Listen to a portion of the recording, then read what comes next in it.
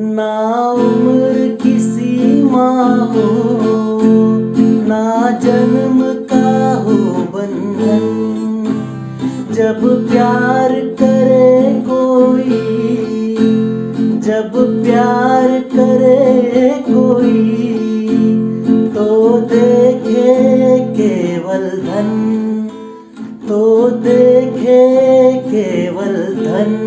क्या बात है। बिल्कुल दोस्तों, यही बात है। जब प्यार करे कोई तो देखे केवल धन।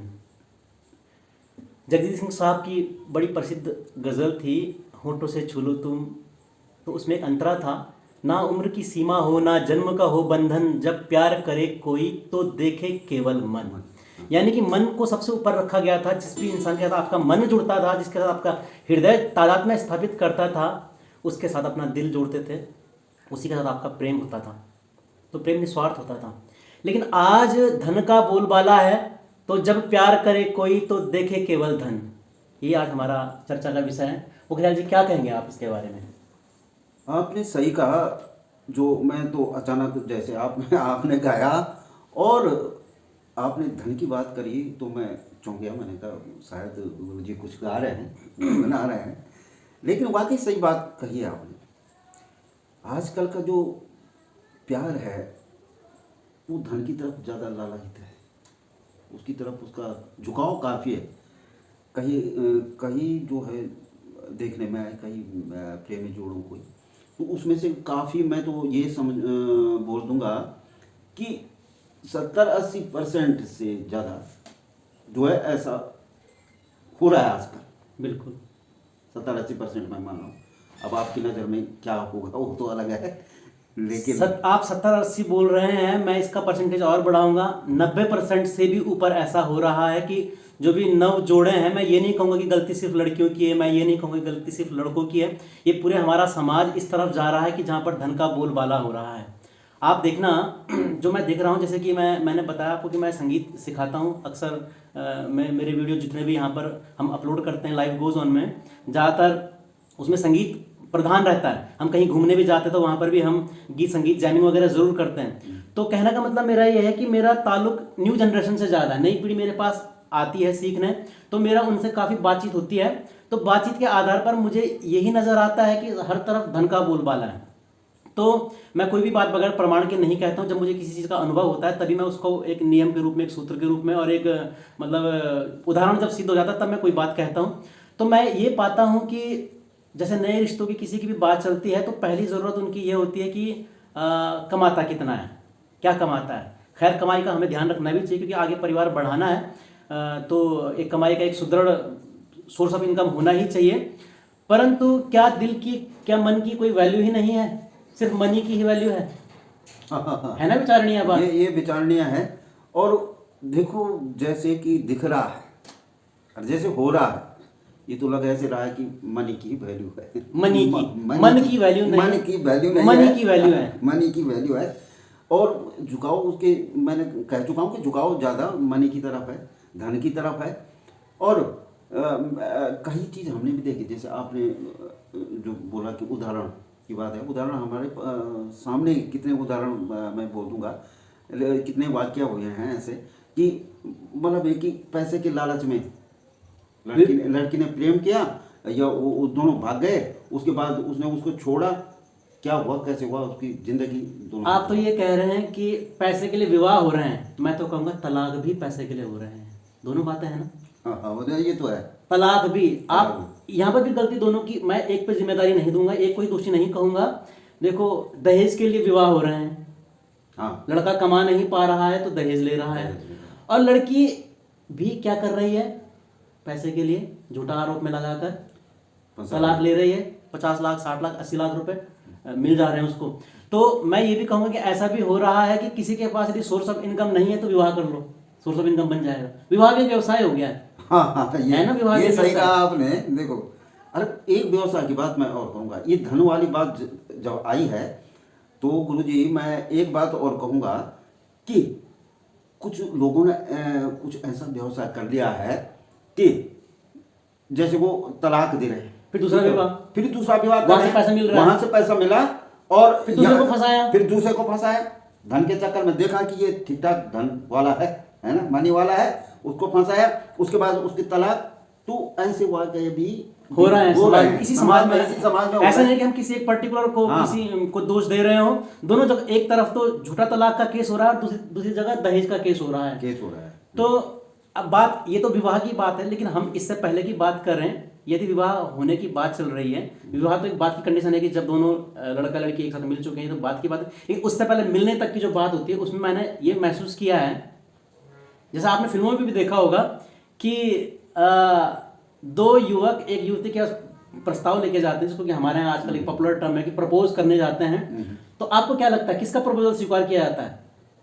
ना, ये अधिकतर जैसे आप शादी की बात कर रहे हैं, बिल्कुल शादी या अगर एक अफेयर किसी का हो रहा है, अफेयर है वो, चाहे शादी हो, तो मैं तो ये कहूंगा गुरुजी कि आजकल सबसे पहले पूछा जा रहा है कि प्रॉपर्टी के बारे में, प्रॉपर्टी कितनी है, कमाता कितना कमाता है। इवन ये भी कि उसकी जो उसका जो बैंक में अगर सैलरी आती है, बैंक में सैलरी आती है तो वो अकाउंट का यानी कि पीएफ भी कटता होगा, यानी कि पेंशन भी मिलेगी है, तो वो जो है उसकी पासबुक का जो है फोटोकॉपी भी मांग रहे हैं आजकल, ये धन के ही कारण तो है। देखा जाए तो कितनी बुरी बात है। अक्सर लोग कहते हैं कि सरकारी नौकरी है या नहीं है, कहते हैं ना। अच्छा, ऐसा क्यों कहते हैं कि सरकारी नौकरी है या नहीं है? आपको क्या लगता है? सरकारी नौकरी मतलब उसमें देखो, ये काम चोर की बात भी हो आती है इसमें, थोड़ा सा मैं सभी को नहीं कहता हूँ, कितने तो अच्छे मतलब है कि कितने इतने ईमानदार लोग हैं जो कि देश सेवा भक्ति से जो है काम करते हैं, अपनी निष्ठावानता से काम करते हैं, निष्ठावान रहते हैं अपने कर्म में।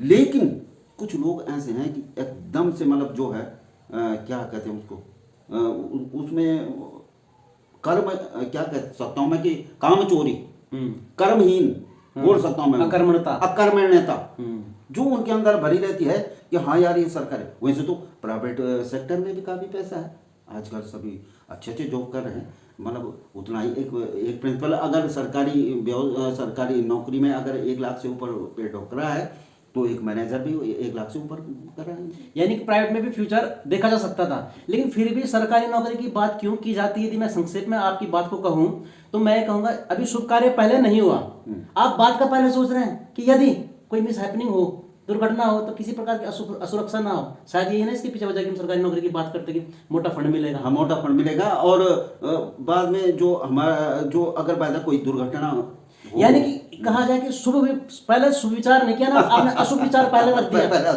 मतलब आप अशुभता की। तो अब जब आप खुद सोच सकते हैं दोस्तों कि अशुभ विचार पहले ही हावी हो रहा है, और आपने देखा होगा लॉ ऑफ अट्रैक्शन, आप जो सोचते हो वैसा होना शुरू हो जाता है। यदि आप पॉजिटिव सोचते हो तो पॉजिटिव होना शुरू हो जाता है, और यदि आप अशुभ विचार पहले करोगे तो अशुभ विचार भी लागू हो जाता है, उसका प्रत्यक्ष रूप देखने को मिलता है। तो दोस्तों ये तो थी बात की विवाह के बाद क्या सीन है। लेकिन जैसे मैंने कहा था कि यदि एक प्रेम प्रस्ताव कोई रखता है किसी के सामने, किसी युवती के सामने खास करके, तो मैं ये कह रहा हूँ क्या मतलब प्रणय निवेदन या प्रणय प्रस्ताव किसका स्वीकार किया जाएगा? जो कमाऊ हो रहा होगा, यानी कि अगेन धन का बोलबाला है। बिल्कुल धन का बोलबाला है इसमें। से मैं आपने जैसे कहा 90% पे आप पहुंचे, तो केवल 1-2% ऐसे होंगे कि जो ऐसा प्रणय करेंगे कि मतलब है कि बिना धन, मतलब मन की कोई वैल्यू नहीं है, मन का जो प्रणय सूत्र में बंधेंगे या प्यार करेंगे एक दूसरे से, तो 2% ही ऐसे लोग हैं कि मन की बात करेंगे।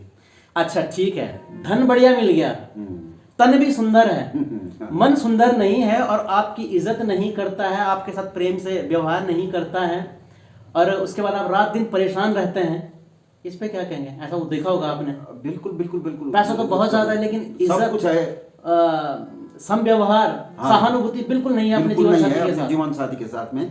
ऐसा भी देखने को मिला है, क्यों? बल्कि उस समय उन्होंने धन की तरफ ज्यादा देखा था, तो क्यों कि जीवन साथी की तरफ कैसे वो सहानुभूति बना सकते हैं अपनी। तो इसलिए ये दौर उनके जीवन में शुरू हो जाता है। वो मतलब नहीं तो सच्चा प्यार उन्हें दे सकते हैं, और एक ऐसा भी वक्त आता है कि दोनों मतलब ऐसे ही अनबन में और इस दुनिया से जीवन खराब हो जाता है। छोटा सा जीवन था जो कि आपने झगड़े में बिता दिया हो, यानी कि आपने अपने स्वर्ग में भरे जीवन को नर्क बना दिया, जीवन नर्क। वजह क्या थी कि आप जिंदगी का सार नहीं समझ पाए कि जीवन खुश रहने के लिए, सुख से व्यतीत करने के लिए, आनंद के लिए है, और आपने अपना जीवन भी नफरत और गुस्से से नर्क नर्क बना दिया आपने अपना जीवन, और अपने जीवन साथी का भी जीवन आपने नर्क तुल्य बना दिया। तो यानी कि समझने की जरूरत यह है कि आपको मन समझना चाहिए था बजाय कि धन समझने के। हाँ, मन।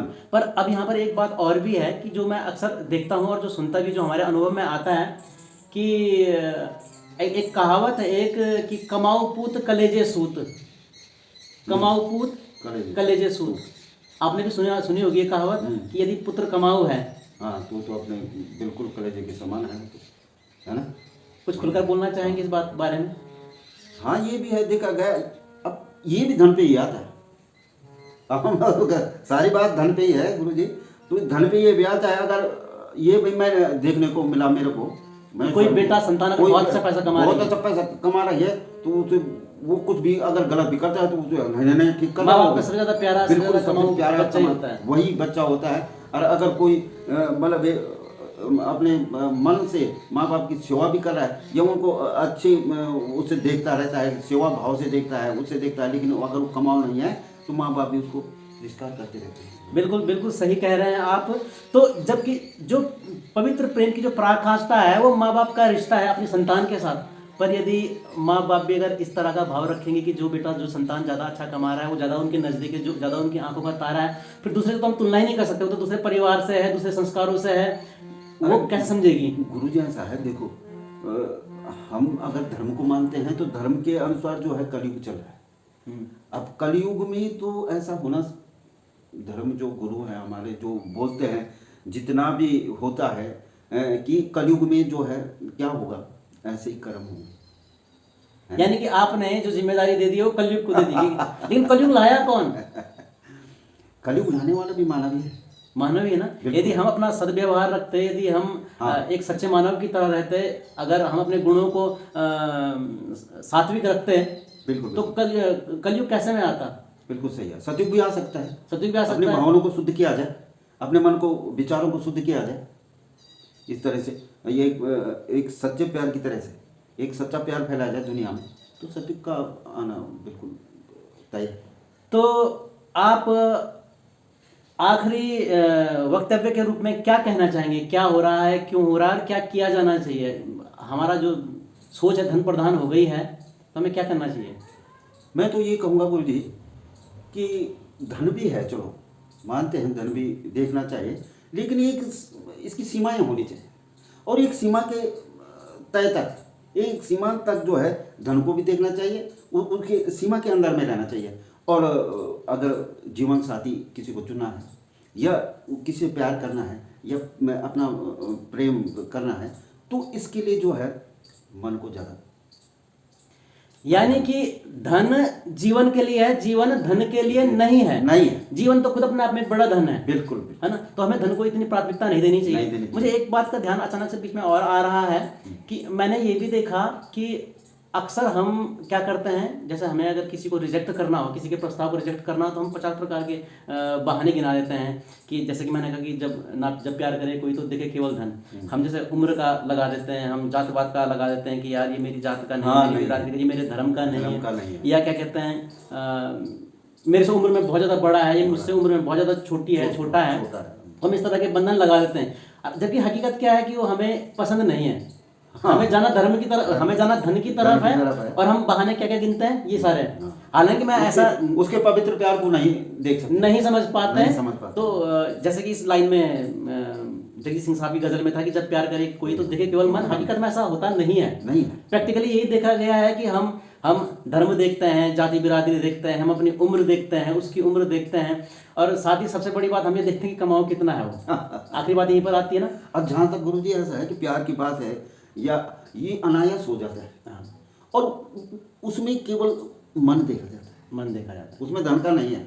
अच्छा, पर एक बात और है, यदि आपको पहले से ही किसी का सोशल स्टेटस पता है, आपको पता है कि यार ये पॉलिटिकली स्ट्रांग नहीं है, आपको पता है पैसा इसके पास नहीं है, आपको पता है सुंदर भी नहीं है, तो क्या आपको उससे प्रेम होगा?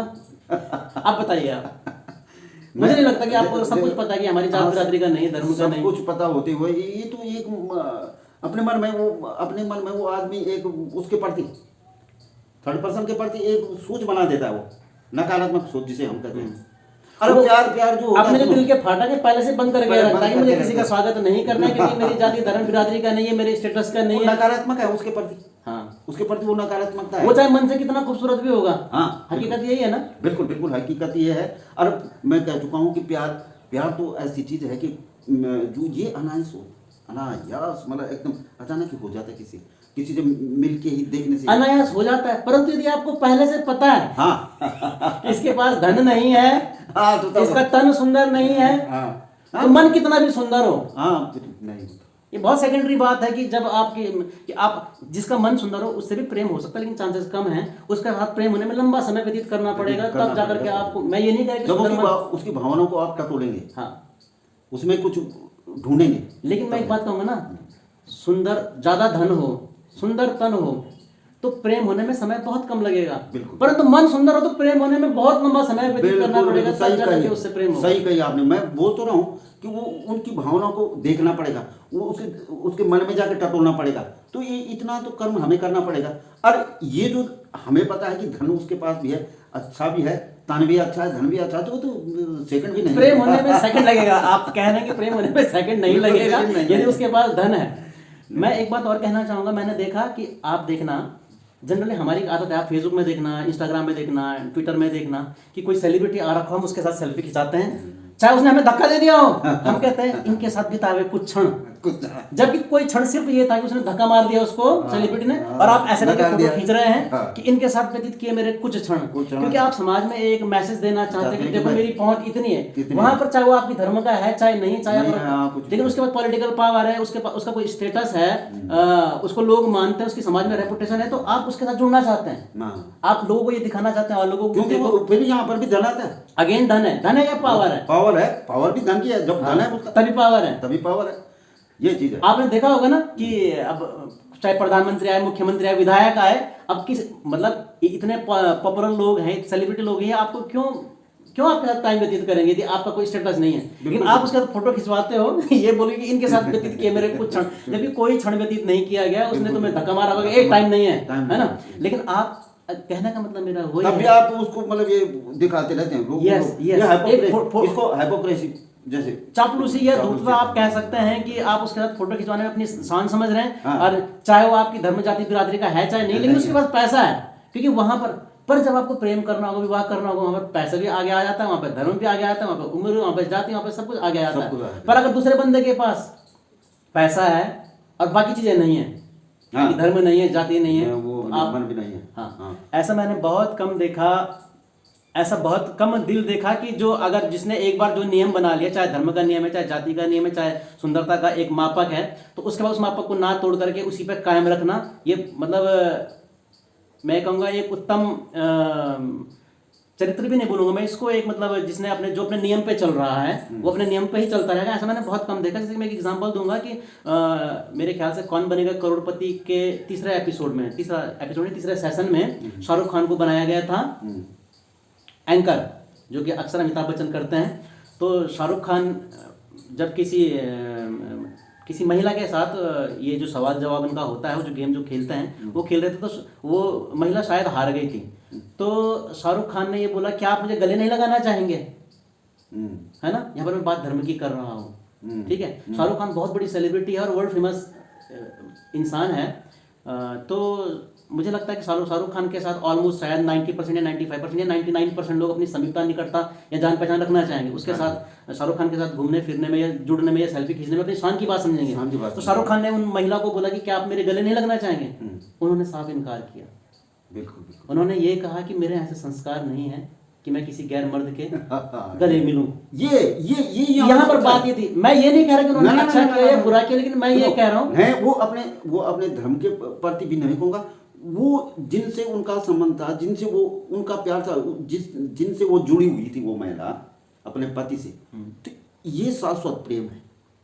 ये प्यार जो है, ये इसको हम सच्चा प्यार बोल सकते हैं, सच्चा प्रेम। मैं तो इसको इस तरह से लूंगा, मैं ये नहीं कह रहा कि उन्होंने सही किया है गलत किया, लेकिन हाँ उनका जो नियम था, उनको शाहरुख खान का जो सेलिब्रिटी वाला रूप है वो प्रभावित नहीं कर पाए। उन्होंने इसको शान की तरह नहीं, जैसे कि लोग करते हैं कि हाँ भैया कुछ क्षण बिता मेरे इस सेलिब्रिटी के साथ, उन्होंने पूरा 1 घंटा व्यतीत किया गले लग गया। यस, उन्होंने जो नियम बनाए थे वो उन नियमों पे बरकरार रहे। मैं कहूँगा आपके नियम चाहे अच्छे हैं चाहे बुरे हैं, लेकिन आपने जो एक बार नियम बना दिए, कोशिश करनी चाहिए पहले तो वो नियम अच्छे हैं और उन पे चलना चाहिए आपको, है ना।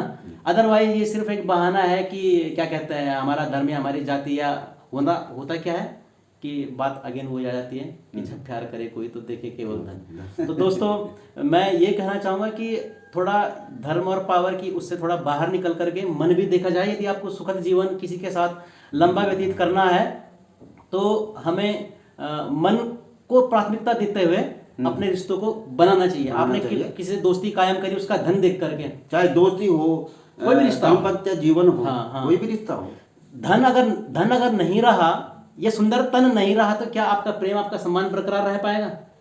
पर मन अगर किसी का मन खूबसूरत है तो मन हमेशा खूबसूरत ही रहेगा। बिल्कुल। मन की खूबसूरती कम नहीं होगी। जब उसके मन की खूबसूरती कम नहीं होगी तो आपका उसके प्रति दृष्टिकोण भी सम्मानपूर्ण ही रहेगा। परंतु यदि आपने धन देख करके किसी से प्रेम किया, कल वो दिवालिया हो गया, तो वो तो तब कुछ भी नहीं है, प्रेम भी दिवालिया हो जाएगा। बिल्कुल, प्रेम मर जाएगा। प्रेम। तो दोस्तों इस वीडियो को खत्म करने से पहले अंतिम बात मैं यही बोलना चाहूंगा कि मन को जरूर देखिएगा। हालांकि धन देखना भी अपने आप में ठीक है, तन देखना भी ठीक है, एक सीमा तक, लेकिन प्राथमिकता हमेशा मन को दीजिएगा। तो अपनी इसी बात के साथ मैं इस वीडियो को विराम देता हूँ। आप सबका बहुत बहुत धन्यवाद।